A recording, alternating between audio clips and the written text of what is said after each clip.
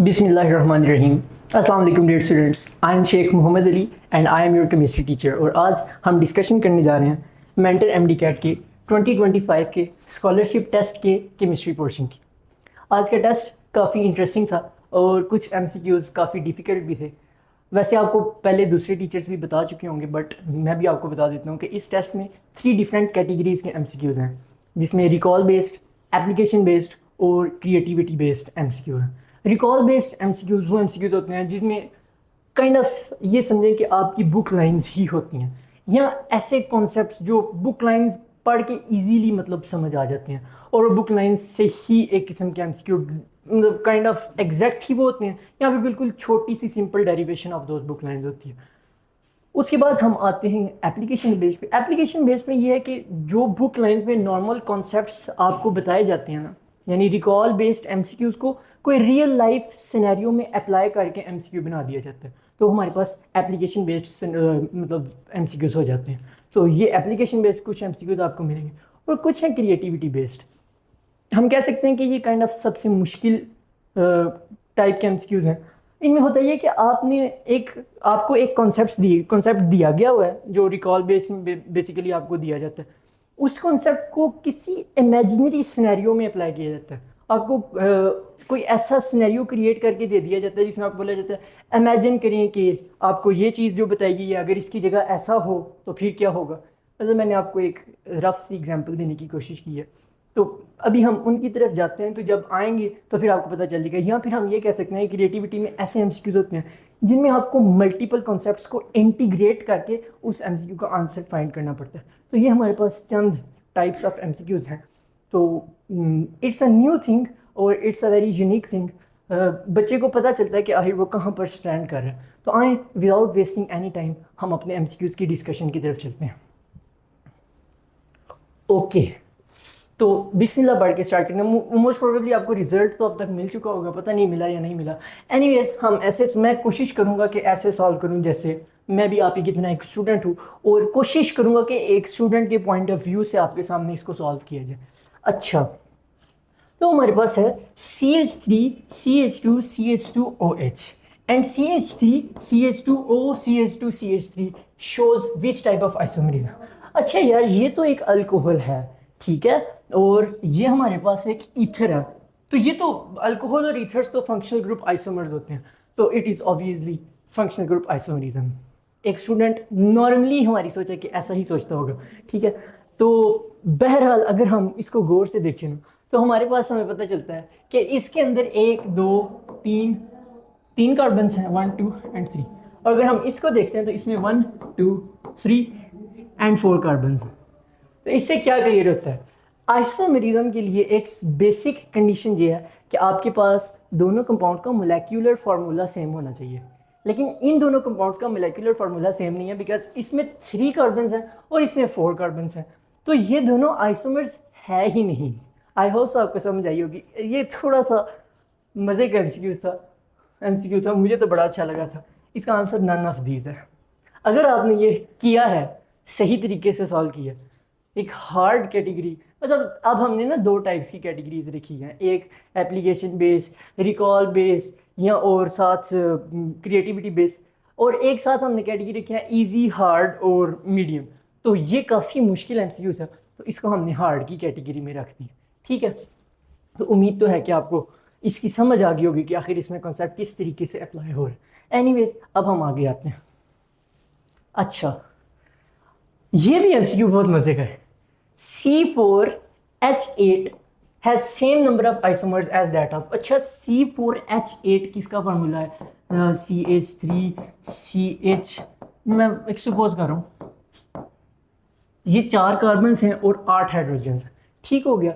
तो ये हमारे पास ब्यूटीन बन रही है। तो C4H8 has same number of isomers as that of butene. Very simple, यही आंसर होना चाहिए, बट आंसर ये नहीं है। आंसर हमारे पास है इसका नन ऑफ दीज। मैं आपको बताता हूँ कैसे। अच्छा, ये जो C4H8 है ना, मैं इसके बस लिखने लगा, स्ट्रक्चर्स ड्रा नहीं करूँगा। ये हमारे पास 1 ब्यूटीन का फॉर्मूला है। ये हमारे पास C2 ब्यूटीन का फॉर्मूला है। ये इधर मैं लिख रहा हूँ C4H8। यही हमारे पास ट्रांस 2 ब्यूटीन का फॉर्मूला है। और यही हमारे पास साइक्लोब्यूटेन का फॉर्मूला है। This is where the twist comes in. Cyclobutane आप बनाएं, आप उसका फॉर्मूला बनाएं, आपको पता चलेगा वो यही बन रहा है। यही हमारे पास मिथाइल साइक्लोप्रोपेन का फॉर्मूला है।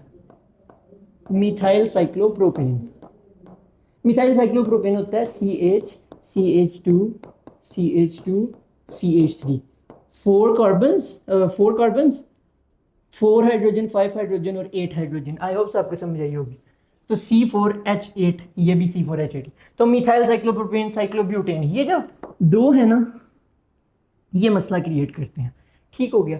जब हमने C4H8 बोलना ना, तो वो एक ब्रॉडर टर्म है जिसमें ये दो भी आ सकते हैं। ठीक हो गया। लेकिन जब हमने ब्यूटीन बोल दिया ना, ब्यूटीन, तो ब्यूटीन में ये दो नहीं आ रहे। ठीक हो गया। ब्यूटीन में हमने ये शो कर दिया कि C4H8 में अनसैचुरेशन मस्ट है। ठीक है। C4H8 सादा लिखा जाए तो जरूरी नहीं कि उसमें अनसैचुरेशन भी पाई जाएगी, उसमें इस तरह का फॉर्मूला भी हो सकता है। आप साइक्लोब्यूटेन का स्ट्रक्चरल फार्मूला लिखें, मॉलिक्यूलर फार्मूला लिखेंगे तो वैसा ही लिखा जाएगा। It was a very difficult MCQ, I think so. अगर आपने कर लिया था तो इट्स वेरी गुड, मतलब बहुत ही ज़्यादा अच्छी बात है। काफ़ी डिफिकल्ट MCQ था। शायद मैं अगर पहली दफ़ा होता तो मैं भी गलत कर देता। ये इसमें ना गलती से इजी लिख दिया गया, ये हार्ड ही है। ठीक है, ये हार्ड है। अच्छा, ये ना MCQ इस तरह के ये देखने में बहुत इजी लगता है। C4H8, और C4H8 को हम देखते हैं ये तो ब्यूटीन का ही फार्मूला, तो इसका आंसर ब्यूटीन ही होगा। ये तो बहुत इजी है, लेकिन असल में ये इतना इजी नहीं है। ठीक है, ये थोड़ी सी मिस्टेक हो गई है। ठीक है, कोई मसले वाली बात नहीं है। एनीवेज, अब मुझे उम्मीद तो है कि आपको क्लियर हो गया हो। ब्यूटीन में सिर्फ 3 आइसोमर्स आते हैं, 1 ब्यूटीन, 2 सिस 2 ब्यूटीन और ट्रांस 2 ब्यूटीन, और C4H8 में 5 आ जाते हैं। प्रोपीन और इथीन का एक एक आइसोमर ही होता है, कोई इनका अलग आइसोमर नहीं होता। तो इसका आंसर नन ऑफ दीज है। ठीक हो गया। अब हम आगे आते हैं। अच्छा, अब ये थोड़ा सा ना काइंड ऑफ इतना मुश्किल नहीं, बट थोड़ा लेंथी MCQ था। मतलब आपको थोड़ा सा रिएक्शंस के बारे में सोचना पड़ना था। तो रिएक्शन मैंने आपके सामने नीचे लिख दी है। एनीवेज, हम करते हैं। A new CC bond is not formed. हम देखने के कार्बन कार्बन बॉन्ड किस रिएक्शन में बन रहा है। आपने रिएक्टेंट्स देखने हैं, उनके प्रोडक्ट्स देखने हैं। इस क्वेश्चन में आपको रिएक्शन कंडीशंस की ज़रूरत नहीं है। ठीक है, यानी आपने अगर जल्दी जल्दी करना है ना, तो आप रिएक्शन लिख रहे हैं तो रिएक्शन कंडीशन से फ़र्क नहीं पड़ रहा इसमें। इसमें हमें प्रोडक्ट और रिएक्टेंट को हम देखना है। तो मतलब मेनली हमने देखना है कि रिएक्टेंट्स में जो चीज़ें हैं उनको कंपेयर करना है प्रोडक्ट के साथ, और देखना है कोई ऐसी चीज़ तो नहीं जहाँ पे नया कार्बन कार्बन बॉन्ड बन गया। आपको अगर नहीं समझ आई तो मैं समझाता हूँ। उन्हें लिखा है फ्रीडल क्राफ्ट एसाइलेशन। सॉरी, यहाँ पर ना आपको एग्जाम्पल फ्रीडल क्राफ्ट अल्काइलेशन की दे दिया। ठीक है, इसको देख लें इस तरह। ओके, एनीवेज फर्क नहीं पड़ता, अल्काइलेशन हो या एसाइलेशन हो, दोनों में ही में से कोई भी इसका आंसर नहीं होना था। अगर आप इसको देखते हैं तो ये बेंजीन में यहाँ पर एक कार्बन है। ठीक है, हर कोने पे कार्बन ही होता है ना। प्रोडक्ट को अगर आप देखते हैं तो इस कार्बन के साथ एक और कार्बन लगा हुआ है, यानी CC बॉन्ड क्रिएट हो चुका हुआ है। ठीक हो गया, इसका मतलब है ये तो आंसर नहीं होने वाला। ठीक, अब अगर हम देखते हैं reaction of carbon dioxide with Grignard reagent, ये ग्रिग्नार्ड रिएजेंट है CH3CH2MgBr। ठीक है, मैंने सपोज कर लिया कि ये वाला ग्रिग्नार्ड रिएजेंट है, कोई भी हो सकता है। इसे कार्बन डाइऑक्साइड के साथ रिएक्शन हो तो हमारे पास इसमें 2 कार्बन हैं, लेकिन जो प्रोडक्ट बन रहा है उसमें 3 कार्बन हैं। इसका मतलब है कि 2 कार्बन ने किसी और कार्बन के साथ बॉन्ड बनाया है। इसका मतलब है CC बॉन्ड बना है। इसका मतलब है यहाँ से नहीं हो सकता। ठीक हो गया। अच्छा, एल्डोल कंडेंसेशन। एल्डोल कंडेंसेशन में क्या होता है कि 2 एल्डिहाइड के मॉलिक्यूल्स, ऐसे एल्डिहाइड जिनमें हमारे पास अल्फा हाइड्रोजन होता है। ठीक है, ये बाद में बात डिस्कस होगी दोबारा। 2 एल्डिहाइड के मॉलिक्यूल्स कंडेंस करते हैं और एक नया मॉलिक्यूल बना देते हैं, एक एल्डोल बना देते हैं। तो अगर 2 एल्डिहाइड के मॉलिक्यूल्स जुड़ रहे हैं तो हम इसको देखें तो हमारे पास ये जो CH3CH है, इसका कार्बन इस कार्बन के साथ जुड़ा हुआ है, इसका मतलब है CC बॉन्ड बना हुआ है। तो इसका मतलब है एल्डोल कंडेंसेशन हमारा आंसर नहीं। जबकि कैनिज़ारो रिएक्शन को अगर हम देखते हैं तो हमारे पास 2 जो मॉलिक्यूल्स हैं एल्डिहाइड के, ठीक है, वो दोनों के दोनों मॉलिक्यूल्स अलग अलग प्रोडक्ट बना रहे हैं। एक हमारे पास रिड्यूस होकर अल्कोहल बना रहा है, एक एल्डिहाइड रिड्यूस होकर अल्कोहल में कन्वर्ट हो गया, और एक एल्डिहाइड ऑक्सीडाइज होकर कार्बोक्सिलिक एसिड के साल्ट में कन्वर्ट हो गया। ठीक है, उम्मीद तो है कि आपको समझ आई होगी। अब इन दोनों का आपस में कोई ताल्लुक नहीं बना। ठीक हो गया, यानी कोई नया कार्बन कार्बन बॉन्ड नहीं बना। So this is our answer. थोड़ा सा लंबा था, लेकिन उम्मीद तो है कि आपको क्लियर हो गया होगा। एनीवेज अब हम चलते हैं आगे। Okay, which of the following shows optical isomerism. Simple concept है, अगर आपने ऑप्टिकल आइसोमरिज्म पढ़ गया। अब ये ना थोड़ा इजी में इसलिए नहीं रखा गया, वैसे ये रिकॉल बेस्ड ही है। मतलब जब एमडी कैट की क्लास हो रही होती है तो तब ये रिकॉल बेस्ड होता है। ये मैं अब क्यों मेंशन कर रहा हूँ, because Punjab text book board में ना ऑप्टिकल आइसोमरिज्म का टॉपिक नहीं है, तो उनके लिए ये काइंड ऑफ थोड़ा मुश्किल हो सकता है, शायद थोड़ा मुश्किल हो। एनीवेज अगर आप एमडी कैट के स्टूडेंट होंगे तो ये एक रिकॉल बेस्ड एमसीक्यू होगा, बिकॉज आपने ऑप्टिकल आइसोमरिज्म का टॉपिक पढ़ा होगा, तो उस टॉपिक के हिसाब से ये एक सिंपल एमसीक्यू है। हमारे पास कायरल कार्बन मस्ट होना चाहिए, ठीक है। Chiral carbon optical isomerism show करने के लिए कंपाउंड में कायरल कार्बन की जरूरी कायरल कार्बन का होना मस्ट है, ठीक है। कायरल कार्बन ऐसा कार्बन होता है जिसके साथ 4 डिफरेंट ग्रुप्स अटैच होते हैं, ठीक है। आए हम इसको समझने की कोशिश करते हैं। हमारे पास आइसोब्यूटेन है, CH3 CH CH3 CH3, ठीक है ना। ओके, आइसोब्यूटेन हो गया। उसके बाद हमारे पास एन ब्यूटेन है, उसके बाद हमारे पास 2,2 डाइक्लोरोप्रोपेन है,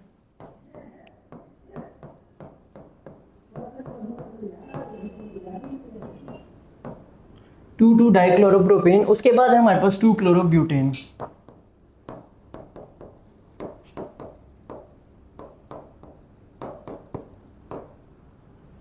ओके, तो अगर हम इसमें देखें ना इस कार्बन को, तो इसके साथ 3 हाइड्रोजन अटैच हैं, ये तो कायरल नहीं है, ठीक हो गया। इसके साथ 1 हाइड्रोजन अटैच है और 3 मिथाइल ग्रुप्स अटैच। अब 3 मिथाइल ग्रुप्स अटैच होने का मतलब है कि 3 सेम ग्रुप्स अटैच हो गए, ये तो कायरल नहीं हो सकता। इन दो का भी कुछ इसी तरह का सीन है। इसको अगर हम देखते हैं तो हर एक कार्बन ऐसा है जिसमें एक से ज्यादा हाइड्रोजन लगा हुआ है। कोई भी ऐसा कार्बन जिसमें एक से ज्यादा हाइड्रोजन लगा हुआ वो कभी भी कायरल नहीं हो सकता, बिकॉज उसमें 2 ग्रुप्स तो सेम हो गए, एटलीस्ट 2 ग्रुप्स तो सेम हो गए। इनमें 2 ग्रुप सेम है, इसमें आप देखें तो 3 हाइड्रोजन लगे। एनीवेज ये भी आउट हो गया, इसमें हम ज्यादा डिस्कशन नहीं कर रहे। हम आते हैं 2,2 डाइक्लोरोप्रोपेन पे। ये वाला कार्बन इसके साथ 3 हाइड्रोजन लगे हुए हैं, ये तो पहले आउट हो गया। ये वाला कार्बन इसके साथ भी 3 हाइड्रोजन लगे हुए हैं, ये आउट हो गया। ये वाले कार्बन के साथ 2 क्लोरो ग्रुप्स और 2 मिथाइल ग्रुप्स लगे हैं, तो इसके साथ 4 डिफरेंट ग्रुप्स नहीं लगे हुए ना, इसका मतलब है ये भी आउट हो गया। पीछे हमारे पास बचा 2 क्लोरोब्यूटेन। अच्छा, अब इसमें आप ये वाला कार्बन भी आउट हो गया, ये भी आउट हो गया, ये भी आउट हो गया। इसको अगर हम देखें ना, इसके साथ 1 हाइड्रोजन लगा हुआ है, ठीक है, 1 क्लोरो ग्रुप लगा हुआ है, 1 मिथाइल ग्रुप लगा हुआ है और 1 इथाइल ग्रुप लगा हुआ है। So this carbon it is a chiral carbon. I hope आपको समझ आई होगी कि कायरल कार्बन होता क्या है, ठीक है। तो एक तो ये भी क्लियर हो गया है कायरल कार्बन होता क्या है। दूसरा, आपको ये भी पता चल गया होगा कि ऑप्टिकल आइसोमेरिज्म शो करने के लिए एक इंपॉर्टेंट कंडीशन ये है कि आपके पास कायरल कार्बन हो। But every compound having a chiral carbon is not always optically active, या it does not always show optical isomerism. There is another condition as well, जो कि आप एमडी कैट के लेक्चर्स में इंशाल्लाह सीख लेंगे। अभी मैं उसको मिस करवा रहा हूँ इंटेंशनली। हम आगे चलते हैं। अच्छा, ये वाला क्वेश्चन भी रिकॉल बेस्ड है, लेकिन ये इजी में नहीं है, इसलिए बिकॉज इसमें थोड़ा सा ना मोल्ड किया गया। बुक में डिग्री सेंटीग्रेड में दिया जाता है, आपने फ़ारेनहाइट में फाइंड करना, तो इसको मॉडरेट कैटेगरी में रख दिया गया, ठीक है। एनीवेज हम इसको समझने की कोशिश करते हैं। The second dehydrohalogenation of vicinal dihalides occurs at dash to form ethyne. अच्छा, मैंने देखा मैंने जल्दी से ना एज अ स्टूडेंट मैंने क्या करना है, मैंने देखने की आया कहाँ से। सबसे पहले देखा तो ये इथाइन लिखा हुआ है, इथाइन की प्रिपरेशन हो रही है। डायरेक्टली मैं मूव कर जाऊंगा अपने माइंड में प्रिपरेशन ऑफ इथाइन वाले टॉपिक पे, जो हाइड्रोकार्बन वाले चैप्टर में है, ठीक हो गया। तो प्रिपरेशन वाले ऑफ इथाइन वाले टॉपिक में अब जब मैं पहुंच जाऊंगा तो मेरे लिए इस एमसीक्यू को सॉल्व करना थोड़ा सा आसान हो जाएगा। अगर आपको वो टॉपिक याद हो तो आपको ये 2 रिएक्शंस लिखे हुए याद होंगे कि पहले एक डिहाइड्रोहेलोजिनेशन होती है, यानी एक HBr निकला, ठीक है, हाइड्रोहेलोजिनेशन माइनस का मतलब है डीहाइड्रोहेलोजिनेशन।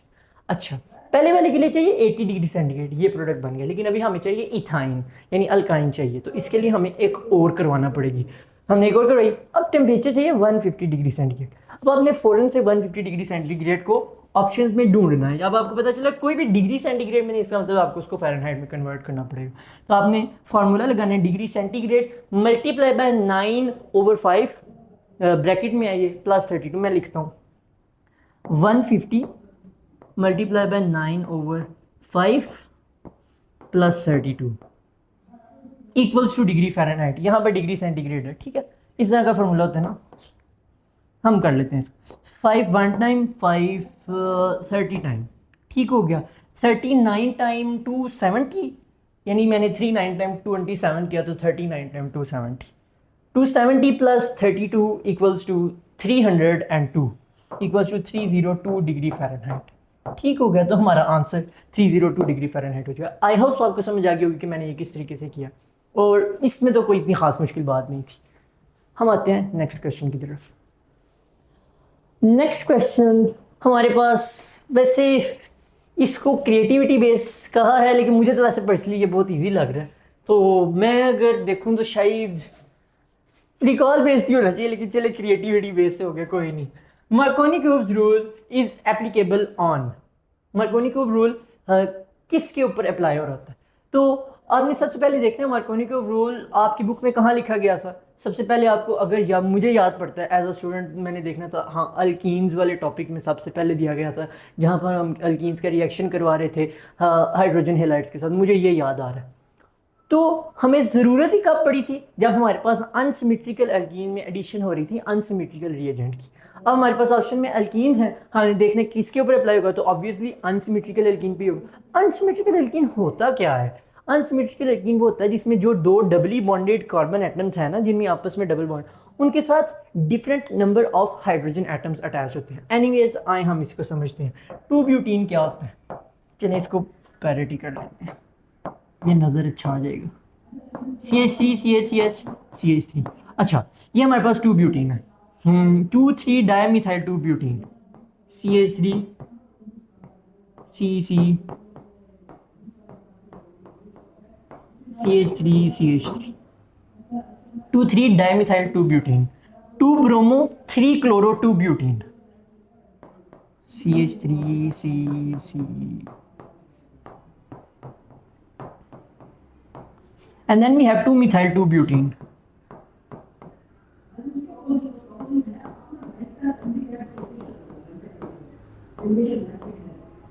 2-methyl 2-butene, ओके जी, काफ़ी लंबा हो गया। Anyways, doubly bonded carbon atoms, इसके साथ भी एक हाइड्रोजन, इसके साथ भी एक हाइड्रोजन, ये तो सिमेट्रिकल है। इन दोनों के साथ 0-0 हाइड्रोजन, इन दोनों के साथ भी 0-0 हाइड्रोजन, तो ये सारे के सारे सिमेट्रिकल हैं। अब अगर आप इसको देखें तो इसमें एक हाइड्रोजन लगा हुआ है इसके ऊपर, और इसके ऊपर 0 हाइड्रोजन है, तो ये एक अनसिमेट्रिकल एल्कीन हो जाता है। क्योंकि ये एक अनसिमेट्रिकल एल्कीन है, इसलिए इसके ऊपर मार्कोनी-क्यूब रूल अप्लाई होगा। Very simple. तो हमारे पास ये हमारा फिर आंसर हो जाएगा। तो थोड़ा सा वैसे क्रिएटिविटी शायद लगानी पड़ी थी, लेकिन वैसे इतना मुश्किल नहीं था। एनीवेज, हम आगे चलते हैं। नेक्स्ट क्वेश्चन है हमारे पास। अच्छा, a chemist is identifying different hydrocarbons, he uses fractional distillation method to identify them. He start doing the experiment. The last hydrocarbon which he observed is, अच्छा, यहाँ पर सबसे ज़्यादा बड़ा कीवर्ड जो है ना, वो हमारे पास फ्रैक्शनल डिस्टिलेशन का है। फ्रैक्शनल डिस्टिलेशन, ठीक हो गया। अब फ्रैक्शनल डिस्टिलेशन का कॉन्सेप्ट जिसको आता होगा सिर्फ वही इस क्वेश्चन का आंसर ठीक कर सकता है। फ्रैक्शनल डिस्टिलेशन में होता क्या है? फ्रैक्शनल डिस्टिलेशन शायद आपने ना 7th चैप्टर है, मैं PTB के हिसाब से सॉरी बोल रहा हूँ, जो ऑर्गेनिक कंपाउंड्स का बेसिक चैप्टर है, ऑर्गेनिक केमिस्ट्री का बेसिक चैप्टर है, वहाँ पर बताया गया कि किस तरह पेट्रोलियम से डिफरेंट प्रोडक्ट्स को निकाला जाता है। वहाँ पर उन्होंने बताया हुआ है कि फ्रैक्शनल डिस्टिलेशन के थ्रू निकाला जाता है। तो मोस्ट प्रोबेबली ये एज्यूम किया जाता है कि मोस्ट प्रोबेबली हर बच्चे को फ्रैक्शनल डिस्टिलेशन का कॉन्सेप्ट आता होगा। तो जब वो कंसेप्ट आता है तो वो कंसेप्ट क्या है कि आप एक मिक्सचर में मौजूद डिफरेंट कंपाउंड्स को उनके बॉइलिंग पॉइंट्स की बेसिस पर सेपरेट कर लेते हैं, ठीक है, बॉइलिंग पॉइंट्स की बेसिस पर, ठीक हो गया। तो जिसका बॉइलिंग पॉइंट कम होता है वो जल्दी बाहर निकल जाता है, जिसका बॉइलिंग पॉइंट ज़्यादा होता है वो थोड़ी देर से बाहर निकलता है। तो अब हमने देखना है कि कौन सा ऐसा कंपाउंड है जिसका सबसे ज़्यादा बॉइलिंग पॉइंट है, because the last hydrocarbon which he observed is, हमने इसका आंसर देना है। आए अब हम फ्रैक्शनल डिस्टिलेशन के कॉन्सेप्ट को इंटीग्रेट करने लगे हैं बॉइलिंग पॉइंट वाले कॉन्सेप्ट के साथ। मतलब काइंड ऑफ सिमिलर कॉन्सेप्ट्स हैं, लेकिन फिर भी थोड़ा सा इसमें ज़्यादा दिमाग लगाना पड़ेगा आपको। एनीवेज, एन पेंटेन का स्ट्रेट चेन स्ट्रक्चर होता है, ठीक है। अच्छा, एक बात तो इसका काफ़ी अच्छा बॉइलिंग पॉइंट होगा, मतलब काफ़ी ज़्यादा बॉइलिंग पॉइंट होगा, बिकॉज वी नो कि straight chain alkanes have higher boiling points than branch chain alkane. अब हमारे पास है 2-मिथाइल ब्यूटेन। 2-मिथाइल ब्यूटेन में क्या होगा, इसका एक ब्रांच चेन स्ट्रक्चर, तो इसमें ओवरऑल जो इंटरमॉलिक्यूलर फोर्सेस होंगी वो अब कम हो जाएंगी बिकॉज इसका साइज कम हो गया, ठीक हो गया। उसके बाद हमारे पास है 2,2 डाइमिथाइल प्रोपेन, इसमें तो और कम हो जाएंगे, ये तो काफ़ी छोटे साइज का हो गया, तो इसका बॉइलिंग पॉइंट कम है इससे, इसका कम है इससे। अभी तक हमारा आंसर ये है, लेकिन जब हमने लास्ट ऑप्शन को देखा तो हमें पता चला एन हेक्सेन वो तो एन पेंटेन से भी बड़ा होता है, तो जितना साइज अल्केन का बड़ा होता जाता है उतना उसका बॉइलिंग पॉइंट बढ़ता जाता है, ठीक हो गया। तो सिंपली इसमें सबसे ज़्यादा बॉइलिंग पॉइंट एन हेक्सेन का है, इसलिए हमारा आंसर भी एन हेक्सेन है। आई होप आपको समझ आ गई होगी। It was an interesting question, लेकिन मैं उम्मीद करता हूँ कि काफ़ी से बच्चों का ये ठीक हुआ होगा। एनीवेज नेक्स्ट क्वेश्चन की तरफ हम चलते हैं। N unsaturated hydrocarbon X reacts with 1 mole of H2 to form Y, ठीक है। आपके पास एक हाइड्रोकार्बन X है, वो ये इस तरह के क्वेश्चन बड़े इंटरेस्टिंग क्वेश्चन होते हैं, ठीक है। तो आए हम इसको सॉल्व करने की कोशिश करते हैं। अनसैचुरेटेड हाइड्रोकार्बन है X, अब ये अल्कीन हो सकता है या अल्काइन हो सकता है। सबसे पहले जेन में यही आते हैं, हाँ हाइड्रोकार्बन में अल्कीन और अल्काइन ही आते हैं, तो यहाँ अल्कीन है या अल्काइन है। ये 1 मोल ऑफ हाइड्रोजन के साथ रिएक्ट करेगा और Y बना देगा। अगर तो अल्कीन है, अगर तो वो अल्कीन है तो वो रिएक्ट करके अल्केन बना देगा, यानी ये Y अल्केन हो सकता है। और अगर तो वो अल्काइन है तो वो रिएक्ट करके अल्कीन बना देगा, यानी ये Y अल्केन भी हो सकता है, अल्कीन भी हो सकता है। ये X हमने बोला था कि अल्कीन भी हो सकता है, अल्काइन भी हो सकता है, ठीक हो गया। अभी तक मैंने ये अपने माइंड की थॉट आपको बताई, जो कि मैंने विद इन 5 सेकेंड सोच लेनी थी, आपको बताने में बस थोड़ा टाइम लगा। Y undergoes combustion to produce 3 moles of CO2 and 4 moles of H2। इससे ना हमें एक बात पता चल गई है कि आपके पास जो Y है ना वो 3 कार्बन है, यानी या तो वो प्रोपेन है या वो प्रोपीन है, ठीक हो गया। हमने कहा ना यहाँ ये अल्कीन होगा या अल्केन होगा, तो अगर अल्केन है तो प्रोपेन है, अगर अल्कीन है तो प्रोपीन है। अच्छा, उसके बाद वो कहते हैं X reacts with cold alkaline KMnO4 to form a vicinal diol. जैसे ही हमने ये रिएक्शन देखा ना हमें फौरन पता चल गया ये रिएक्शन तो अल्कीन्स का रिएक्शन है। इसका मतलब ये हुआ कि ये जो है ना हमारे पास ये अल्काइन नहीं है, ये अनसैचुरेटेड हाइड्रोकार्बन है, और अल्काइन इस स्टेटमेंट की वजह से अमिट हो गया, हमारे पास पीछे सिर्फ अल्कीन रह जाता है। ऐसा अल्कीन जिसके बाद जिसकी हाइड्रोजनेशन से बनने वाला अल्केन 3 कार्बन डाइऑक्साइड के मॉलिक्यूल निकाल रहा है। इसका मतलब है कि वो अल्कीन 3 कार्बन एटम से मिलकर बना हुआ था, ठीक हो गया। मेरा ख्याल आपको समझ, ऐसा अल्कीन जिसकी हाइड्रोजनेशन से बनने वाला अल्कीन कंबशन के बाद 3 कार्बन डाइऑक्साइड के मॉलिक्यूल्स रिलीज कर रहा है, उस अल्कीन में भी 3 कार्बन एटम्स ही थे, यानी प्रोपीन की हाइड्रोजनेशन हुई और प्रोपेन बन गया। प्रोपेन क्या होता है? C3H8। ये C3 ने CO2 बना दिया, 3CO2। ये H4 ने 4H2O बना दिए, ठीक है। कंप्लीट कंबशन के बारे में हम देख रहे हैं, ठीक हो गया। तो प्रोपेन से ये बना, प्रोपेन किसकी हाइड्रोजनेशन से बनता है? ऑफ कोर्स प्रोपीन की हाइड्रोजनेशन से बनता है, तो हमारा आंसर प्रोपीन हो जाएगा। आई होप आपको समझ आई होगी। मैंने कोशिश तो किया कि आपको स्लो बोल के और इशारे के साथ आपको समझाने की कोशिश तो की है। उम्मीद तो है कि आपको समझ आ गई होगी। अच्छा एमसीक्यू था, काइंड ऑफ हम कह सकते हैं हार्ड था, तो हम अब उम्मीद है कि ये ठीक हुआ होगा, क्योंकि ये कोई ऐसा नहीं था जिसमें कोई ऐसी बात हो जो बच्चों को एफएससी में नहीं बताई जाती। मोस्टली बच्चों ने एफएससी में पढ़ी होती हैं, ये वाली सारी बातें गौर से पढ़ी होती हैं, तो मैं उम्मीद करता हूँ कि आपने ठीक किया होगा। Which of the following has least chance of chlorination? अच्छा, अब ये जो है ना मोस्टली बच्चों को ये तो पता होता है कि ऑर्थोपैरा डायरेक्टिंग कौन से हैं, मेटा डायरेक्टिंग कौन से हैं, लेकिन ये भी बच्चों को पता होता है कि ऑर्थोपैरा डायरेक्टर्स एक्टिवेटर्स होते हैं और जो मेटा डायरेक्टर्स होते हैं वो डीएक्टिवेटर्स होते हैं। लेकिन मोस्ट प्रोबेबली ये एज्यूम किया जाता है कि बच्चे को ये नहीं पता होगा कि मेटा डायरेक्टर्स में सबसे ज़्यादा स्ट्रांगली डीएक्टिवेटिंग वाला कौन सा होता है, ठीक है। यानी कौन सा ऐसा मेटा डायरेक्टिंग ग्रुप है जो बेंजीन की रिएक्टिविटी को सबसे ज़्यादा कम कर देता है। आई होप आपको आप समझ आई होगी मैं क्या बोल रहा हूँ। हमारे पास बेंजेल्डिहाइड में मौजूद CHO ग्रुप भी डीएक्टिवेटिंग ग्रुप है, यानी मेटा डायरेक्टिंग ग्रुप है। बेंजोइक एसिड में मौजूद COOH ग्रुप भी मेटा डायरेक्टिंग ग्रुप है, ठीक है। ये कोट मेरा नहीं है इसलिए ये थोड़ा बड़ा लग रहा है। एनीवेज एसीटोफिनोन में मौजूद, ये बेंजीन कैसे कर लें, एसीटोफिनोन ये होता है ना, एसीटोफिनोन में मौजूद ये COR ग्रुप जो है ना, ये भी मेटा डायरेक्टिंग है। नाइट्रोबेंजीन में मौजूद NO2 ग्रुप भी मेटा डायरेक्टिंग है, लेकिन ये जो NO2 ग्रुप है ना, ये सबसे ज्यादा स्ट्रांगली डीएक्टिवेटिंग होता है। ठीक है, ये बात आपको याद करना पड़ेगी। Answer is nitrobenzene. शायद ये आप लोगों का गलत हो गया होगा, लेकिन अगर आपको पता था तो फिर तो बड़ी अच्छी बात है। तो आई रियली अप्रिशिएट दैट। हम नेक्स्ट क्वेश्चन की तरफ चलते हैं। During the chlorination of toluene, ये भी काफ़ी मुश्किल MCQ था। During the chlorination of toluene the major product formed is, major product कौन सा होगा क्लोरीनेशन ऑफ टोलुइन में? टोलुइन होता है हमारे पास ये, मैं फौरन सोचूंगा कि ये methyl group ortho para director है या मेटा डायरेक्टर, मुझे पता चल जाएगा कि ये ऑर्थो पैरा डायरेक्टर है अगर मैंने अच्छे से पढ़ा हुआ है तो। ठीक है, इसका मतलब है कि हमारे पास ऑर्थोक्लोरोबेंजीन क्लोरोटोलुइन बन सकता है या पैरा क्लोरोटोलुइन बन सकता है। ठीक हो गया, एक तो ये बात आपको क्लियर हो गई।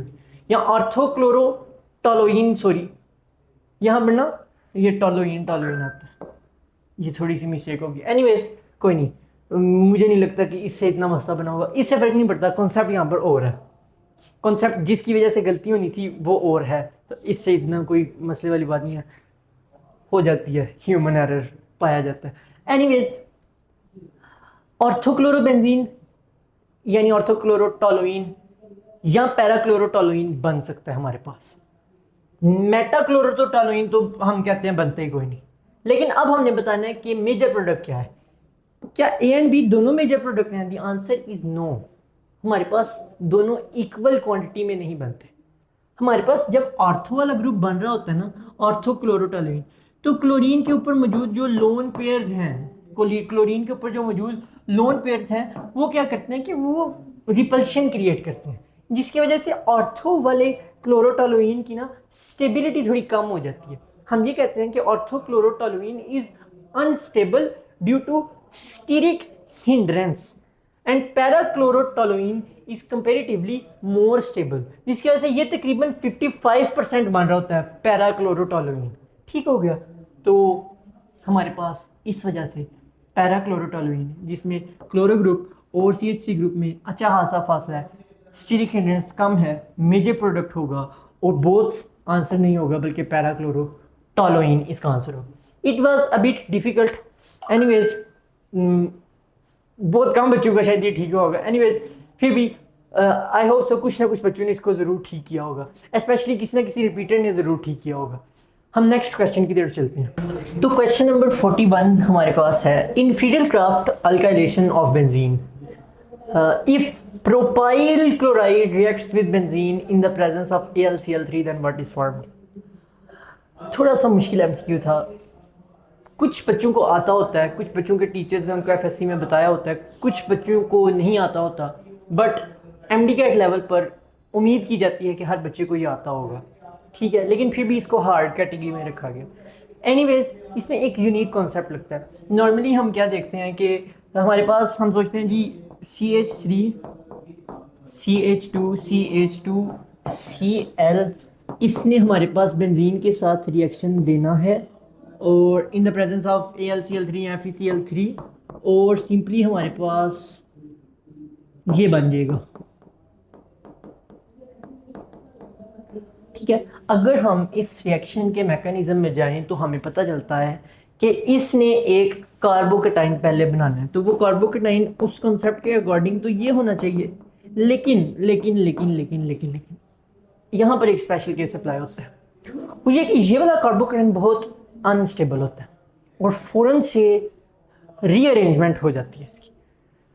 शायद आपको अजीब लग रहा हो लेकिन ऐसा ही है, इसकी फ़ौरन से रीअरेंजमेंट हो जाती है और हमारे पास एक सेकेंडरी कार्बोकेटाइन बन जाता है।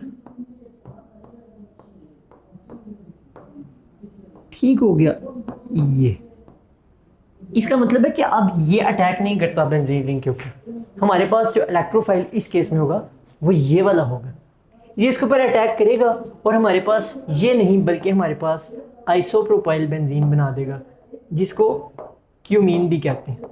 ठीक हो गया, तो ये चीज़ भी याद रख लीजिएगा, क्यूमीन भी इसको कहते हैं, CUMENE। ठीक हो गया, तो it was may be something new, but the answer is isopropyl benzene. उम्मीद तो है कि आपको समझ आ गई होगी कि इसमें क्या कॉन्सेप्ट लग रहा है। The carbocation being formed from the propyl chloride. अच्छा, प्रोपाइल क्लोराइड सादा लिखा गया तो एज्यूम ये किया जाता है कि एन प्रोपाइल क्लोराइड होगा, तो इसलिए अक्सर बच्चे एन प्रोपाइल बेंजीन ही लगा देते हैं जिनको ये वाली बात नहीं पता होती। लेकिन आपको अब पता चल गया होगा कि जो एन प्रोपाइल कार्बोकेटाइन है ना, ये स्टेबल नहीं है, ये फ़ौरन रीअरेंज हो जाएगा और हमारे पास ये वाला सेकेंडरी कार्बोकेटाइन बना देगा। ठीक हो गया, आइसोप्रोपाइल कार्बोकेटाइन बोल सकते हैं। तो ये हमारे पास एज एन इलेक्ट्रोफाइल अटैक करेगा और हमारे पास आइसोप्रोपाइल बेंजीन बनेगी, ना कि N propyl benzene. I hope so this was clear. Next question की तरफ चलते हैं। Consider biochemical reaction. अच्छा, biomolecular reaction, biomolecular reaction, sorry, biomolecular reaction SN2 हो सकता है या E2 हो सकता है। अच्छा, जैसे ही मैंने ये सुना ना बायोमोलिकुलर SN2 E2 हो सकता है, मेरे ज़हन में जल्दी से SN2 E2 की करैक्टरिस्टिक्स रिवॉल्व करना शुरू हो जाएंगी। तो MD-CAT में होता ही है कि बच्चों को इतनी पक्की रटी होती हैं कि वो सारी की सारी अचानक से माइंड में आने लग पड़ती हैं कि कौन सा सॉल्वेंट यूज़ होता है, क्या इसमें हमारे पास कंडीशंस होती हैं, मॉलिक्यूलरिटी क्या होती है, रेट क्या होता है, वगैरह वगैरह। तो आए अब हम देखते हैं। Substrate and product both exhibit contradictory behaviour towards plane polarised light. यानी हमारे पास अगर एक सबस्ट्रेट जो है वो राइट की तरफ रोटेट कर रहा है प्लेन पोलराइज्ड लाइट को, तो जो प्रोडक्ट होगा वो लेफ्ट की तरफ रोटेट करेगा। ठीक हो गया। इसका मतलब यह कि there is inversion of configuration. I hope आपको समझ आई होगी। There is inversion of configuration. ठीक हो गया। What can be the possible substrate chosen for this reaction. अच्छा, it was not a very hard MCQ, it was a moderate MCQ, लेकिन ये काफ़ी अच्छा MCQ था। आपने क्या करना था, आपने देखना था आखिर ऐसा कौन सा सबस्ट्रेट है जो कि लाइट प्लेन पोलराइज्ड लाइट को के ऊपर कोई इफेक्ट डालेगा। अगर आप ये पहचान गए कि कोई ऐसा रिएजेंट है या सबस्ट्रेट है जो प्लेन पोलराइज्ड लाइट के ऊपर इफेक्ट डालेगा, तो वही आपका आंसर हो जाएगा। बिकॉज और कोई भी ऐसा सबस्ट्रेट नहीं यहाँ पर दिया गया जो प्लेन पोलराइज्ड लाइट को किसी भी तरफ रोटेट करो। There is only one optically active substrate given in this example, in this options. ठीक है, आए हम इसको देखते हैं। इधर से स्टार्ट करते हैं। CH2C2H5H, इसमें ये वाला कार्बन दो हाइड्रोजन के साथ अटैच है। It is not a chiral carbon. ये वाला कार्बन, ये दो कार्बन हैं। चलिए इसको खोल के लिखते हैं। CH2C2H5 का मतलब है CH2CH3। ये F जो है इसका मतलब है इस वाले कार्बन के साथ अटैच है।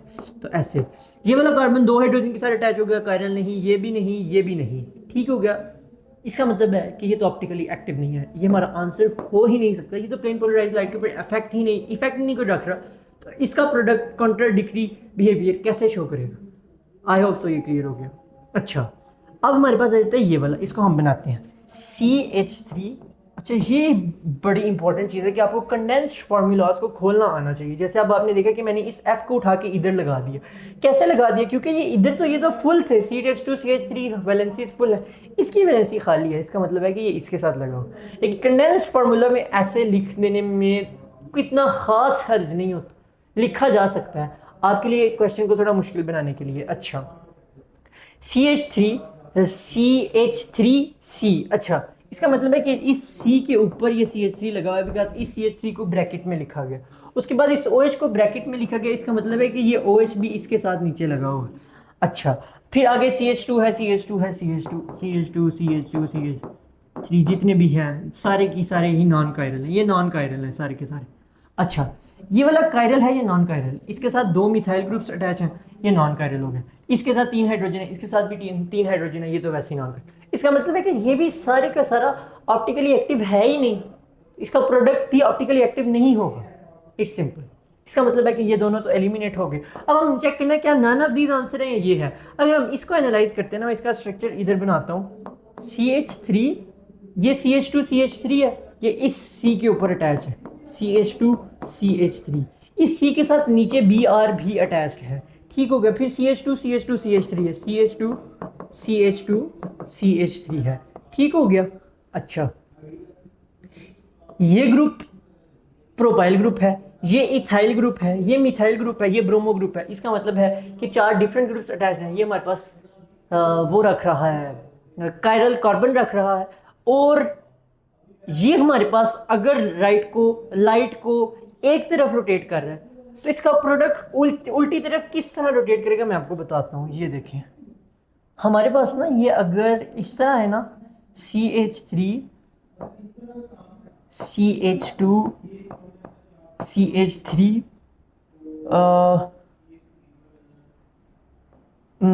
इधर एक और बनाते हैं CH2 CH3, सेंटर में CH2 CH3 और इस साइड पे CH3 और ये Br। ठीक है, ये हमारे पास अगर सबस्ट्रेट इस तरह का है ना, तो हमारे पास जब इसका बायोमोलिकुलर रिएक्शन हो जाएगा ना, उसके बाद जो प्रोडक्ट बनेगा ना वो कुछ इस तरह का होगा। समझ लीजिए हमारे पास अटैकिंग न्यूक्लियोफाइल OH था, तो प्रोडक्ट में सब कुछ उल्ट हो जाएगा। CH2 CH2 CH3 और साथ वो वाले जो दो हैं वो उस साइड पे चले जाएंगे, जिसकी वजह से अगर ये लाइट को राइट की तरफ रोटेट कर रहा था तो ये प्लेन पोलराइज्ड लाइट को लेफ्ट की तरफ रोटेट करे। This is what's called the inversion of configuration. इसका कॉन्सेप्ट आपने एफएससी में थोड़ा बहुत पढ़ा होगा। एनीवेज ये कॉन्सेप्ट सिर्फ और सिर्फ ऑप्टिकली एक्टिव कंपाउंड्स पे अप्लाई होता है। तो यही हमारा आंसर होगी। उम्मीद है कि आपको कुछ समझ लगी होगी मैंने क्या बोला और आपके सर के ऊपर से नहीं गुजरा होगा सब कुछ। एनीवेज हम नेक्स्ट क्वेश्चन की तरफ चलते हैं। अगर आपने ये सही किया था तो इट्स वेरी गुड।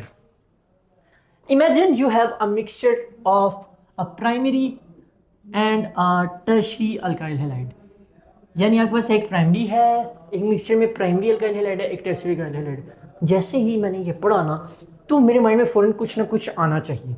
मेरे माइंड में क्या आया कि प्राइमरी अल्काइल हैलाइड कौन सा रिएक्शन देते हैं, सेकेंडरी अल्काइल हैलाइड कौन सा रिएक्शन देते हैं। सबसे पहले तो ये आना चाहिए प्राइमरी अल्काइल हैलाइड होते कौन से हैं, कि स्ट्रक्चर जेन में आना चाहिए। टर्शियरी अल्काइल हैलाइड कौन से होते हैं। मेरे सामने टर्शियरी अल्काइल हैलाइड बोला जाता है ना, तो मेरे सामने आता है जैसे रश पड़ा हुआ है एटम्स का, मेरे माइंड में हमेशा ऐसे आता है। ठीक है, anyways you subject the mixture to a strong nucleophile, यानी आपने किसी स्ट्रॉन्ग न्यूक्लियोफाइल के साथ उसका रिएक्शन करवाना है। Predict which halide will react faster via SN2 and justify briefly. अब हमने देखना है कि प्राइमरी अल्काइल हैलाइड और टर्शियरी अल्काइल हैलाइड में से SN2 वाला रिएक्शन कौन देता है।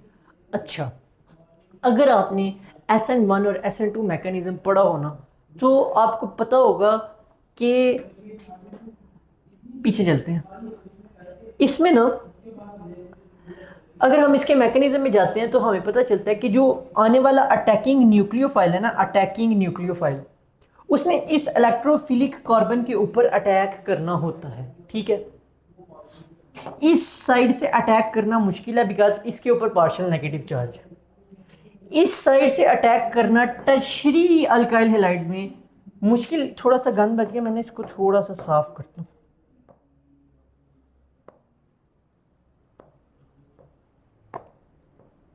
इस साइड से अटैक करना टर्शियरी अल्काइल हैलाइड्स के केस में मुश्किल इस वजह से होता है कि यहाँ पर एटम्स का रश ही बहुत ज्यादा है, स्टेरिक हिंड्रेंस बहुत ज्यादा है। तो फिर टर्शियरी अल्काइल हैलाइड क्या करते हैं, पहले इसको बाहर निकाल देते हैं with the help of solvent और कार्बोकेटाइन बना देते हैं। उस कार्बोकेटाइन के ऊपर अटैक करना इजी हो जाता है बिकॉज उससे कई ज़्यादा चेंजेस आ जाते हैं। हमारे पास इसकी हाइब्रिडाइजेशन चेंज होने से हमारे पास इसकी ज्योमेट्री चेंज होती है। इसमें अटैच्ड ग्रुप्स के दरमियान स्पेसेस ये अब थोड़ा ज़्यादा एमडीकेट है। एनीवेज उम्मीद तो है कि आपको कुछ समझ आ रही होगी। जब हमारे पास ये कार्बोकेटाइन में कन्वर्ट हो जाता है तो इसकी ज्योमेट्री चेंज हो जाती है, जिसकी वजह से इसके अटैच ग्रुप्स के दरमियान स्पेसिस इंक्रीज हो जाती हैं, जिसकी वजह से इस कार्बन तक रसाई आसान हो जाती है। ठीक है, तो टर्शियरी अल्काइल हैलाइड्स कार्बोकेटाइन बनाकर सब्स्टिट्यूशन रिएक्शंस दे रहे होते हैं। तो कार्बोकेटाइन जिस रिएक्शन में मैकेनिज्म में बन रहा होता है वो SN1 मैकेनिज्म होता है, जबकि प्राइमरी अल्काइल हैलाइड के केस में यहाँ पर सिर्फ और सिर्फ एक ग्रुप अटैच्ड होता है। ठीक हो गया, जस्ट ये। अब इस केस में इस पार्शियल पॉजिटिवली चार्ज कार्बन तक पहुंचना इतना मुश्किल नहीं है। ठीक हो गया, उम्मीद तो है कि आपको समझ आ रही होगी। इस केस में हमारे पास कार्बोकेटाइन बनने वाला स्टेप मिस हो जाता है और वन स्टेप मैकेनिज्म होता है और वो SN2 मैकेनिज्म। और प्राइमरी अल्काइल हैलाइड्स जिनमें स्टेरिक हिंड्रेंस इतनी नहीं होती वो हमारे पास SN2 मैकेनिज्म दे देते हैं। उम्मीद तो है कि आपको कुछ समझ लगी होगी मैंने क्या बोला है। आपको ये क्वेश्चन तभी सॉल्व करना आएगा जब आपको SN1 और SN2 मैकेनिज्म याद होंगे। FSC में शायद आपके थोड़े वीक हों। एनीवेज एमडी कैट तक आपके बहुत पक्के हो जाएंगे। परेशान होने वाली कोई बात नहीं है, परेशान होने वाली कोई बात नहीं है। आहिस्ता आहिस्ता जब आपको पढ़ाया ही इस तरीके से जाएगा कि आपने सिर्फ मेन बातों के ऊपर ज़्यादा फोकस करना है और एक्स्ट्रा बातों के ऊपर कम फोकस करना, तो आप आहिस्ता आहिस्ता एमडी कैट के लिए तैयार हो जाएंगे। मुझे भी शुरू में बहुत ज़्यादा ओवरवेलमिंग लगते थे, but with the passage of time such type of questions were on my finger tips, and इंशाल्लाह आपकी भी फिंगर टिप्स पे हो जाएंगे with the passage of time, जब आपको लेक्चर उस पॉइंट ऑफ व्यू से दिए जाएंगे और जब आपको एमसीक्यूज भी उसी पॉइंट ऑफ व्यू से करवाए जाएंगे, तो it will be a piece of cake for you. ठीक है, तो कोई परेशान होने वाली इसमें बात नहीं। हमारे पास इसका आंसर सिंपली हो जाएगा primary halide react faster due to less steric hindrance, that's it. नहीं बताते कौन सा ज़्यादा जल्दी रिएक्ट करेगा थ्रू SN2 मैकेनिज्म, तो टर्शियरी अल्काइल हैलाइड तो करते ही SN1 मैकेनिज्म के थ्रू। मेरा answer primary alkyl halide. I hope आपको समझ आ गई। अच्छा, which one is the least acidic phenol? अच्छा, ये थोड़ा सा इंटरेस्टिंग क्वेश्चन है। उम्मीद तो है कि मैं आपको समझाने में कामयाब हो जाऊंगा। Which one of the following is the least acidic phenol? आप बस सबसे पहले आपको क्रिसोल का फार्मूला आना चाहिए। हमारे पास OH ग्रुप होता है और CH3 ग्रुप होता है। अगर इधर होगा तो ऑर्थो होगा, इधर होगा तो मेटा, इधर होगा तो पैरा। चले मैं इधर ही बना रहा हूँ, ठीक है। मैंने एक ही में सारे बना दिए, वैसे एक एक बना हुआ, यानी अलग अलग। अच्छा, अगर हम इसको देखते हैं ना, तो ये हमारे अब हमने क्या देखना है, हमने बताना है एसिडिक फिनोल, ठीक है। अब एसिडिटी क्या होती है? जिस ऐसा करैक्टर जिसमें प्रोटॉन लूज हो रहा होता है, इसका मतलब है कि इस ग्रुप ने प्रोटॉन लूज करना है। बेसिकली हम देखना क्या चाह रहे हैं, हम देखना चाह रहे हैं कि मिथाइल ग्रुप का इस हाइड्रोक्साइल ग्रुप के ऊपर क्या इफेक्ट आ रहा है, किस केस के अंदर प्रोटॉन को लूज करना सबसे ज्यादा मुश्किल है, यानी कौन सा केस ऐसा है जो सबसे ज्यादा वीक एसिड है। लेट्स सी, हमारे पास जो मिथाइल ग्रुप होता है ना, वो ऑर्थो पैरा डायरेक्टर होता है। इसका मतलब ये है कि वो ऑर्थो पोजीशन पर और पैरा पोजीशन पर इलेक्ट्रॉन डेंसिटी को बढ़ा देता है। चलिए मैं अलग ही बना रहा हूं अब, ठीक है। इधर से अब आपको समझ आएगी, यहां पर और यहां पर उसने इलेक्ट्रॉन डेंसिटी को बढ़ा दिया। समझ लें यहां पर OH ग्रुप लगा हुआ था। अब यहां पर इलेक्ट्रॉन डेंसिटी बढ़ने का मतलब यह है कि यहां पर इसका पार्शियल नेगेटिव चार्ज बढ़ गया।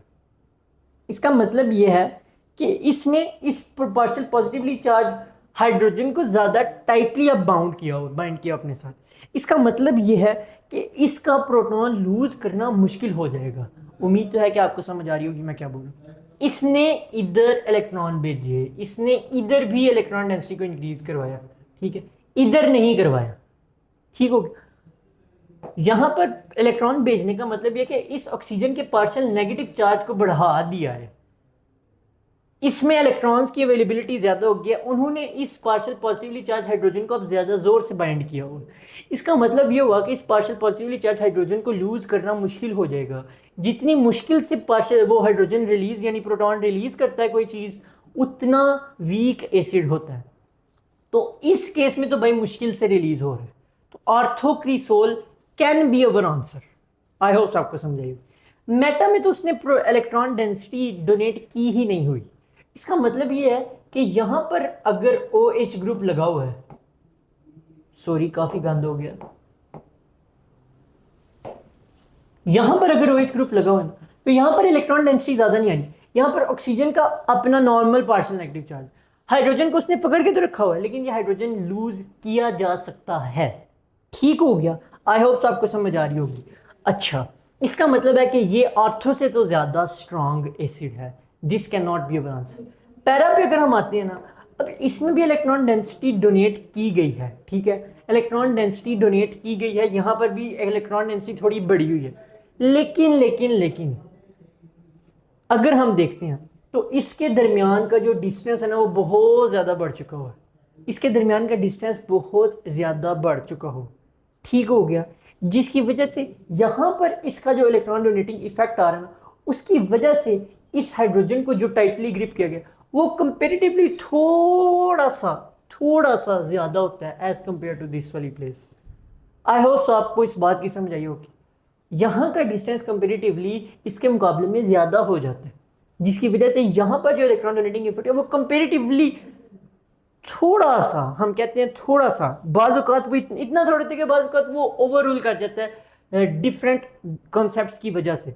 लेकिन यहाँ के केस में यहाँ पर मौजूद ओ एच ग्रुप, इस पर थोड़ी सी इलेक्ट्रॉन डेंसिटी ज़्यादा डोनेट की जाती है।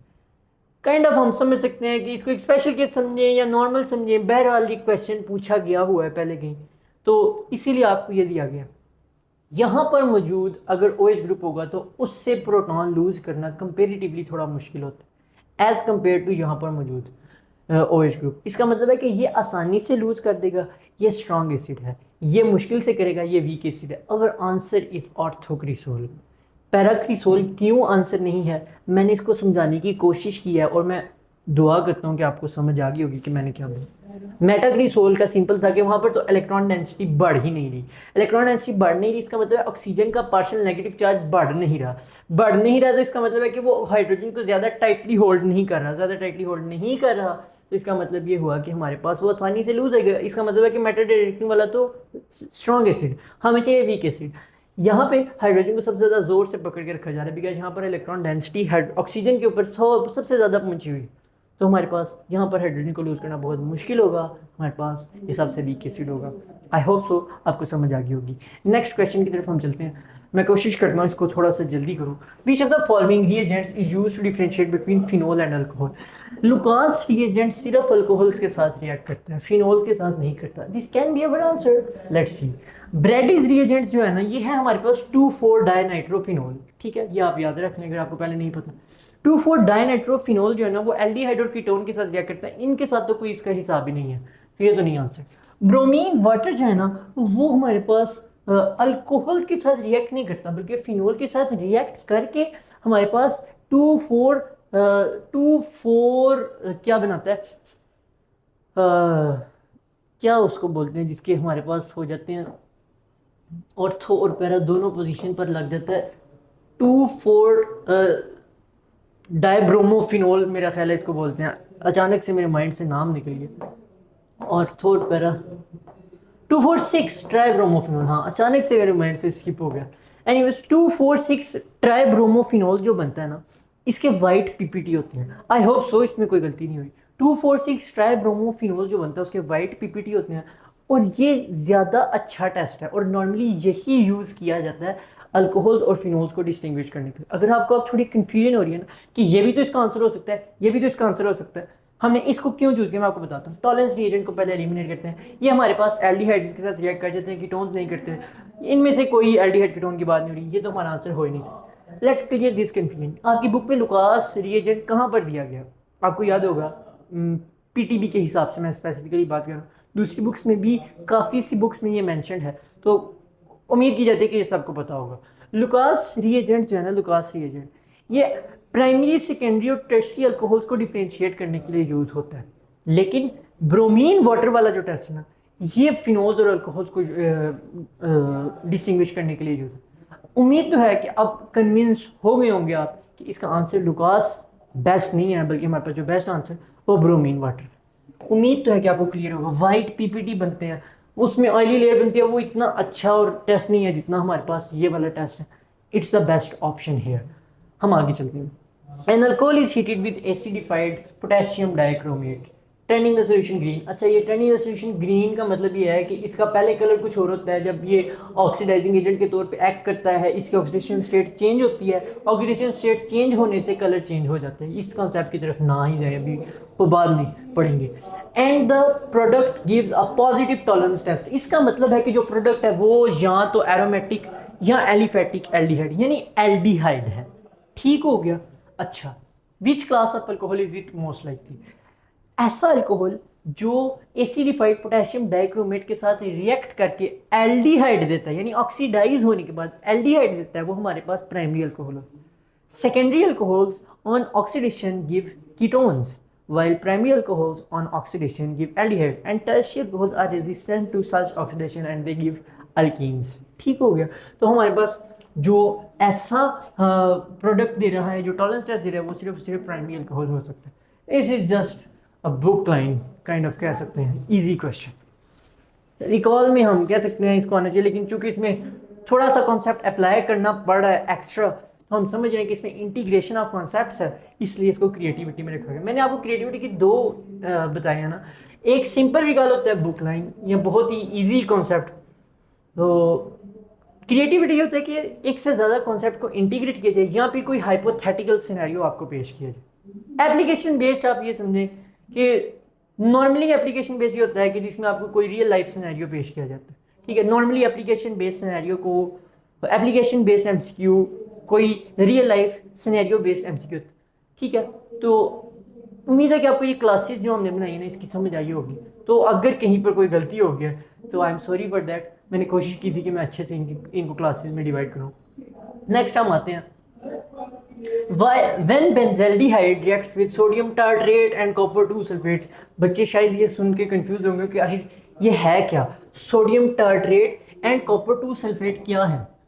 आप याद करें, आपको ना बुक में लिखा गया है, बुक की एग्जैक्ट लाइन में आपको ना पढ़ के बताता हूँ, क्यूप्रिक टार्ट्रेट कम्प्लेक्स ऐसे करके कुछ लिखा गया फेलिंग रिएजेंट के आगे। तो मैं आपको एग्जैक्टली पढ़ के बताता हूँ आपकी बुक में क्या लिखा हुआ। बुक में उन्होंने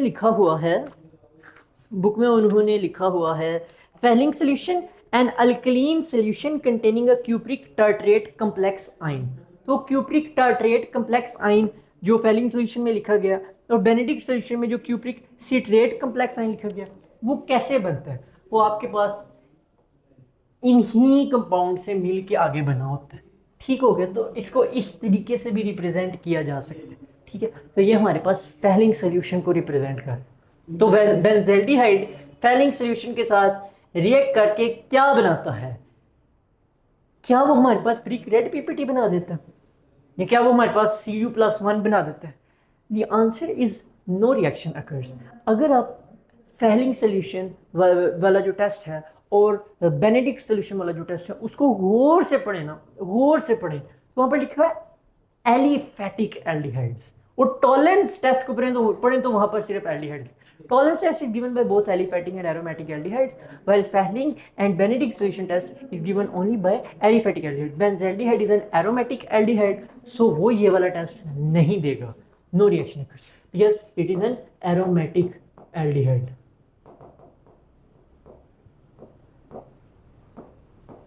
ओके, आई होप आपको ये भी क्लियर होगा। हम नेक्स्ट पे आते हैं। ये थोड़ा अच्छा था, मुझे अभी तक याद है कि मेरी एमडी कैट की तैयारी के दौरान भी ये क्वेश्चन आया था, और मेरे फेलोज का ये गलत हो गया, पता नहीं मेरा कैसे ठीक हो गया था। Anyways, design an experiment to distinguish between a methyl ketone and an aldehyde. यानी आपने ऐसा एक्सपेरिमेंट बनाना है जो दो रिएक्शन पर मुश्तमिल है, ऐसा रिएक्शन जो कि मिथाइल कीटोन और एल्डिहाइड को डिस्टिंग्विश करते हैं। बेस्ट केस सिनेरियो ये होगा कि आपके पास एक ऐसा रिएक्शन हो जो मिथाइल कीटोन देता हो, और एक ऐसा रिएक्शन हो जो कि एल्डिहाइड देता हो। आए हम देखते हैं। चलिए ठीक है, वो ये टॉलेंस टेस्ट हमारे पास एल्डिहाइड्स दे देते हैं, ठीक हो गया। लुकास टेस्ट ये तो अल्कोहल्स देते हैं, this is not the best option. Brady's test aldehyde और कीटोन दोनों दे देते हैं, this is not the best option, ये पहले एलिमिनेट कर दिया। टॉलेंस टेस्ट एल्डिहाइड्स देते हैं, ठीक हो गया।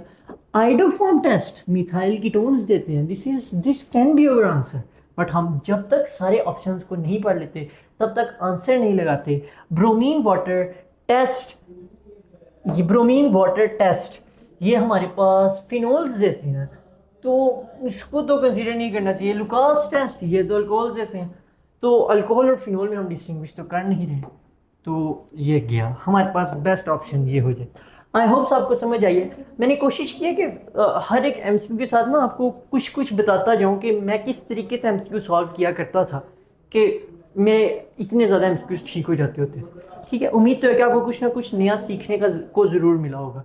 Anyways, which of the following best explains why benzaldehyde cannot undergo an aldol condensation? अगर आप aldol मैं थोड़ा सा इसको जल्दी करने की कोशिश करूँगा बिकॉज मैं सारा मैकेनिज्म नहीं आपके सामने बनाने लगा। एल्डोल कंडेंसेशन के मैकेनिज्म को अगर हम देखें ना, तो उसके फर्स्ट स्टेप में ही हमारे पास जो हाइड्रोक्साइड आयन होता है ना, वो आके अटैक करता है। कहाँ अटैक करता है? हमारे पास अल्फा कार्बन पर मौजूद हाइड्रोजन एटम के ऊपर अटैक करता है आके। ठीक हो गया। उम्मीद है कि आपको कुछ मैं आपको समझाने की कोशिश करता हूँ थोड़ा सा। CH3CO एच, ये समझ लीजिए इथेनॉल, CH2H कर रहा हूँ, वो इस H को निकाल देते हैं और हमारे पास एक इनोलेट आयन बना देता है। अगर यहाँ पर H ही नहीं होगा तो वो किस H को निकालेगा? तो ऐसा एल्डिहाइड जिसमें अल्फा कार्बन के ऊपर हाइड्रोजन ही नहीं होता, वो हमारे पास एल्डोल कंडेंसेशन रिएक्शन ही नहीं देता, बिकॉज उसमें मैकेनिज्म का जो बेसिक स्टेप है वही नहीं हो रहा होता, तो एल्डोल कंडेंसेशन नहीं होती। आई होप आपको समझ आ गई होगी। तो हमारे पास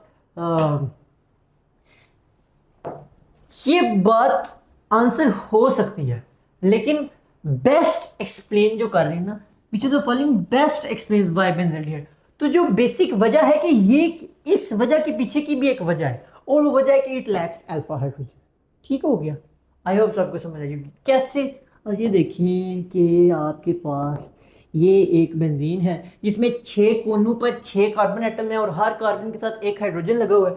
इस कार्बन के साथ लगा हुआ हाइड्रोजन उतार के उसकी जगह COH ग्रुप लगा दिया जाए तो बेंजल्डिहाइड। अब इसके साथ कोई हाइड्रोजन नहीं लगा हुआ, इसका मतलब है कि ये alpha carbon is without any hydrogen, it lacks alpha hydrogen, it does not give aldol condensation. I hope आपको समझ आ गई होगी। हम आगे आते हैं। Crotonaldehyde is formed from, काफी अच्छा इजी क्वेश्चन था, तो रिकॉल बेस्ड क्वेश्चन था। आपके सामने मिथानल, इथानल, प्रोपानल और इथानॉल है। अच्छा, मैंने क्या किया, मैंने देखा कि क्रोटोन एल्डिहाइड का लफ्ज मैंने सुना कहाँ पे हो, मुझे याद है मैंने इसको एल्डोल कंडेंसेशन में कहीं सुना। अगर मुझे इतना याद आ देता है और मैं देखता हूँ कि कहाँ सुना हुआ है, तो मैं फौरन इसका इथानल लगा देता आंसर। लेकिन फिर भी मैंने कहा आपको मैं ना समझाता हूँ कि आपने एग्जैक्टली करना क्या क्या सोचने। आपके पास 2 इथेनॉल के मॉलिक्यूल्स मिले, कंडेंसेशन हुई हमारे पास in the presence of a dilute base, और हमारे पास 3 हाइड्रोक्सी ब्यूटानल बन गया। 3 hydroxy butanal has both hydroxyl group, alcoholic group and an aldehyde group. It is an aldol, aldehyde alcohol, aldol. Okay, इसको जब हमने डाइल्यूट HCl के साथ रिएक्ट करवाया ना, तो हमारे पास ये OH निकला, यहां से एक हाइड्रोजन निकला, इन दोनों कार्बन के दरमियान डबल बॉन्ड बन गया, हमारे पास 2 ब्यूटिनल यानी क्रोटोन एल्डिहाइड बन गया। This can be our answer. अब हम आगे आते हैं। मिथानल, इसके पास तो अल्फा हाइड्रोजन ही नहीं है, ये तो नहीं दे रहा aldol condensation. Ethanone is not a word, propanone होता है हमारे पास सबसे छोटा, ये तो गए पीछे बचा प्रोपानल। प्रोपानल जब आपस में रिएक्ट करता है ना, तो हमारे एल्डोल कंडेंसेशन के थ्रू हमारे पास ये बन जाता है, जिसमें 1 2 3 कितने हैं, हाँ इसमें काफी ज्यादा हाइड्रोजन है, ठीक है, कार्बन है, ठीक हो गया। इधर से एक ये निकलेगा, अब इधर से एक हाइड्रोजन निकलेगा, तो जो कंपाउंड बनेगा ना, वो हमारे पास क्रोटोन एल्डिहाइड नहीं होगा। और ये हमें कब पता चलेगा? जब हमें क्रोटोन एल्डिहाइड का फार्मूला आता होगा। ठीक है, तो ये क्वेश्चन डिमांड करता है कि आपको क्रोटोन एल्डिहाइड का फार्मूला आता हो, ठीक है, या फिर आपको इतना पक्का याद हो कि आप बगैर ये सारा कुछ किए वैसे ही इथेनॉल लगा दें। ठीक हो गया। तो अब यहां पर ना एक क्वेश्चन मैं छोड़े जा रहा हूं, मैं उसको भी एक्सप्लेन नहीं कर रहा, कि इसमें से अब हाइड्रोजन इस कार्बन से निकलेगा, इससे निकलेगा, या इससे निकलेगा। ये थोड़ा सा एक क्वेश्चन मेरे माइंड में आया। तो यहाँ पर भी एक रूल अप्लाई होता है, वो रूल इंशाल्लाह आपको जब MD कैट की तैयारी कर रहे होंगे तब बता दिया जाएगा। अभी के लिए this was our last question. I hope so कि आपके काफ़ी से MCQs ठीक हुए होंगे, एंड आई डोंट होप कि आपके सारे MCQs ठीक हुए होंगे, बिकॉज बहुत मुश्किल टेस्ट था। अगर मैं भी देता तो मेरे भी बहुत से क्वेश्चंस गलत हो जाना थे। ठीक है, हमने कोशिश की थी कि ऐसे क्वेश्चंस बनाए जाएं कि जो AI भी सॉल्व ना कर सके, because it was an online test. तो ऑनलाइन टेस्ट में अक्सर बच्चे नकल भी कर लेते हैं। सारे बच्चे आपकी तरह अच्छे नहीं होते, कुछ बच्चे गंदे भी होते हैं, तो वो नकल कर सकते हैं। तो अगर वो नकल करने वाले अकल वाले बच्चों को भी काट देते, तो फिर ये कोई अच्छी बात नहीं होनी थी। तो इसलिए ऐसे क्वेश्चंस बनाए गए थे जो बहुत ज़्यादा मुश्किल भी हों, या इतने सिंपल देखने में लग रहे हो कि AI भी गलत कर दे, ताकि चीटिंग करने वाले को चीटिंग ना करने वाले से डिस्टिंग्विश किया जाए, और प्राइजेस सिर्फ उन्हीं को ही मिले जो वाकई ही उनके हकदार हैं। ठीक है, और स्कॉलरशिप भी उन्हीं को ही मिले जो वाकई उसके हकदार हैं। ठीक है, तो इसलिए ये टेस्ट थोड़ा मुश्किल बनाया गया था। Your MD CAT will not be like this, वो काफ़ी ईजी होगा, बहुत ज़्यादा ईजी होगा। ठीक है, तो आपने इस टेस्ट की वजह से परेशान नहीं हो जाना कि MD कैट क्या चीज़ है भाई, कुछ इतना मुश्किल नहीं है। With the passage of time आपको सब कुछ यूज टू हो जाएंगे आप इस तरह के क्वेश्चंस के। ठीक है, वैसे इस तरह के मुश्किल क्वेश्चंस ओनली 20% आते हैं जहाँ तक मुझे याद पड़ता है। 80% मॉडरेट और इजी क्वेश्चंस होते हैं। तो मे बी यहाँ पर मैंने जो मॉडरेट भी रखे होते हैं वो भी शायद कोई यूएचएस के या पीएमडीसी के हिसाब से हार्ड की कैटेगरी में आते होंगे। एनीवेज, मैंने कोशिश की है कि जितना हो सके उतना आपको न्यू बातों से आगाह किया जाए, आपको नई नई बातें बताई जाए। मैंने कोशिश किया है कि हर एमसीक्यू की डिस्कशन में कुछ ना कुछ आपको वो तरीका बताऊं जो मैं अपने माइंड में नॉर्मली यूज़ करता हूँ ड्यूरिंग वाइल सॉल्विंग क्वेश्चंस। ठीक हो गया, कुछ कॉमन मिस्टेक्स को मैंने एड्रेस करने की कोशिश की है एंड आई होप सो आपको काफ़ी कुछ सीखने को मिला होगा। That's all from my side. Best of luck for your FSc exams and best of luck for your future. मिलते हैं फिर कभी किसी वीडियो में, तब तक के लिए thank you so much, stay blessed and Allah हाफिज़।